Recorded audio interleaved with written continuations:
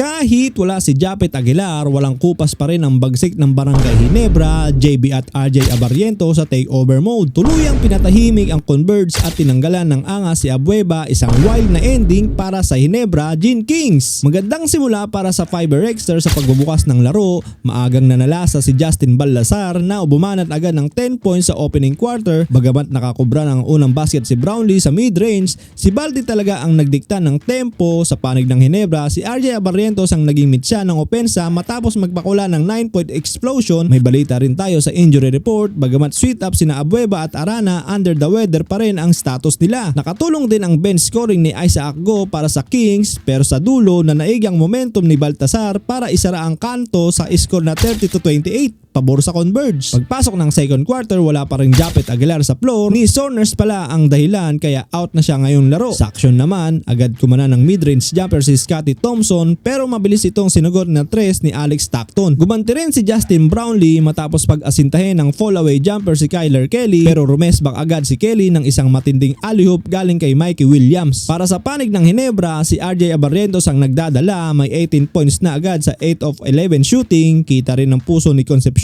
na mala Superman kung dumay para sa bola. Kahit sa fans na bumagsak, pero sa kabila nito, kontrolado pa rin ng Fiber Xers ang laro 49-42. Lalo na't maagang nabaon ng penalty ang Gin Kings. Pagpasok ng third quarter, agad nang uminit ang two-man game ni Scottie Thompson at Troy Rosario. Pero hindi nagpaapi si MJ Garcia, binakuran at binawian agad si RJ Abarrientos. Hindi rin nagpahuli si Mikey Williams. Sinaywan si Troy Rosario sa wing bago binaunan ng tres. Habang tumitindi na ang laro, nagsimula na ring mang-asar si Davis Calvin Abueva mula sa bench. Doon na nagsimula ang Justin Brownlee show. Tila nang gigil si JB, sumagot na magkasunod na tres. Sa huling 5 minuto, mala Michael Jordan ang ginawa ni Brownlee, isang swabing left-handed layup sa harap ni Kyler Kelly para itabla ang score sa 66 all. Hindi pa doon nagtapos ang rally, si RJ Abarrientos naman ang nagpakitang gilas, bitbit ang Kyrie Irving move, pinalitid ang depensa para sa isang step back 3-pointer. Tuluyan ang nakuha ng Ginebra ang momentum at lalong nabaon ng kalaban nang pumasok si Nardes Pinto mula sa bench. Nagpasabog si Pinto ng back-to-back big-time triples na nagsilbing instant impact sa laro. Dahil sa ratsadang ito, mabanti na ang Barangay Ginebra 81-74. Mainit pa sa kalsada ang laro. Pagpasok ng final frame, wala pa ring preno si RJ Abarrientos, dala ang kanyang 30 points, pero kumikig itong si Kyler Kelly, isang crucial na 4-point run kasama na ang dambuhan ng alley-oop para idikit ang laban sa 83-80. Buti na lang laging handa si JB, rumisponde agad ng back-to-back buckets para umabot ng 29